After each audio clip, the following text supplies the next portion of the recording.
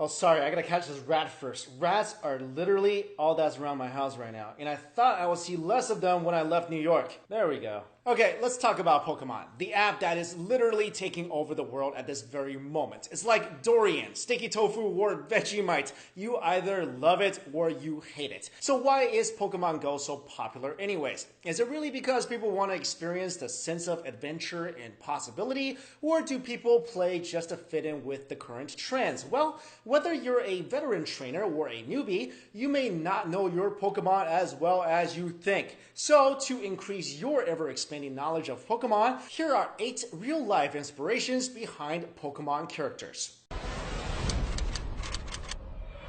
The first Pokemon we're going to talk about is Drowzee. Drowzee is a mischievous-looking psychic Pokemon that draws inspiration from Baku. Baku has 2 meanings in Japanese, one being a Malaysian tapir, which is a vegetarian pig/elephant-looking thing, and the other being a mythical Japanese creature that devours dreams and nightmares. Despite its appearance, Drowzee is actually pretty kind. It helped Pokemon members fall asleep numerous times when they were having trouble, so kind of like a living sleeping aid. Baku, like Drowzee, was also known to be summoned by children for good dreams and protection against nightmares. So something really good to have when Freddy's after you. The second Pokemon is our star of the show, Pikachu. Pikachu is an electric-type mouse Pokemon and is probably one of the most iconic Pokemons of all time. Pikachu is the Pokemon mascot and is probably what pops into your heads when you think of the game. So where did the inspiration for this red-cheeked mouse come from? It actually came from a little mouse-like creature called a Pika that are mainly native to the remote mountain ranges of Asia, with 23 species of them living entirely or partly in China, especially the Tibetan Plateau.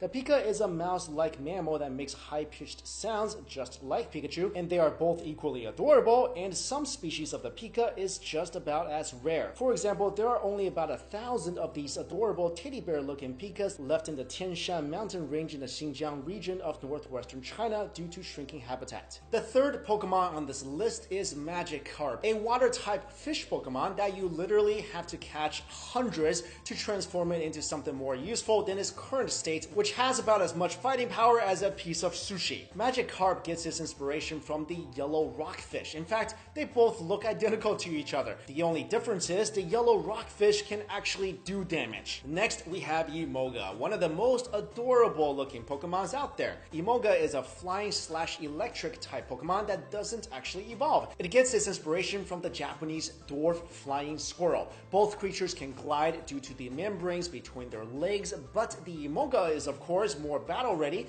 because it can store electricity in its membranes. Emolga is known to make puppy eyes to soften the hearts of opponents, and the Japanese flying squirrel kind of has that same ability, except cuteness only really works on people. I mean, come on, just look at it. That thing can kill with its cuteness. The next Pokemon we're going to talk about is Poliwag, a water-type tadpole Pokemon. It gets its inspiration from translucent tadpoles, which looks almost identical to Poliwags. You know the swirly circle on the Poliwag's belly that you thought was kind of cute? Yeah, well, that's not cute at all. It's actually kind of gross because that's based on the translucent tadpole's guts. Yeah, guts. Since translucent tadpoles are see-through, we can see the movements of their swirly guts. Take a look.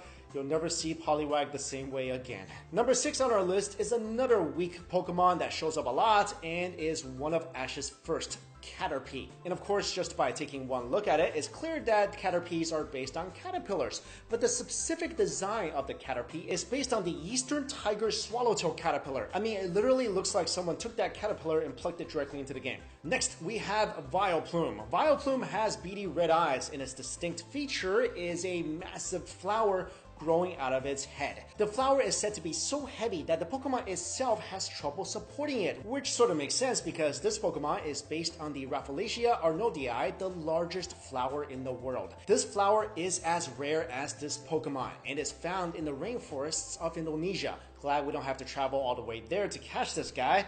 The flower can grow to be 3 feet across and weight up to 15 pounds. Just like the Pokemon, Raphalicia's special ability happens when it blooms. It emits an odor that resembles rotting meat. This odor attracts insects that pollinates the plant. Next, we move on to what I consider a pretty terrifying Pokemon, both in the game and its real-life inspiration. The Victory Bell is based on pitcher plants, and these things are carnivorous and will eat basically anything. Mouse, birds, humans. Okay, maybe not humans, but I think only because they're not big enough. Finally, we have Luvdisc, a water-type heart-shaped Pokemon. If you rotate a heart 90 degrees, draw some eyes, and a big mouth, you will have yourself a Luvdisc. Luvdisc is based on a fish called Kissing Gourami. Now, if you're wondering if the fish actually kisses, the answer is yes. But in their case, kissing equals fighting, which that was the case with people here, right? You get mad at someone, you want to hit them, and then you just, give him a kiss. Okay, I gotta admit, I play this game a lot. I wish I had more time to play this game, and I'm doing pathetically, actually. So, the most powerful guy I have here is a blaster turtle thing, Blastoise, at like 1100. That's all I got. And then I got like a Flareon and a Sparky, but they're both below 1000 CP. The next strongest guy I have is a Tangela. This is so sad. So I see all these people, I drive by like gyms or walk by gyms, and there's always like a Dragonite there. Where are you guys finding these things? I mean, all I catch are rats and Golbats and other kinds of bats and a bunch of clams and snakes. That's all I got. So if you guys live around the Bay Area, let me know what are some good Pokemon places I can go to kind of catch some of the rarer ones. Also, did you know that there are some Pokemon in the game that are truly terrifying, and they are based on truly terrifying creatures? We're gonna get to that in a separate video. Thank you all so much for watching this video. See you later.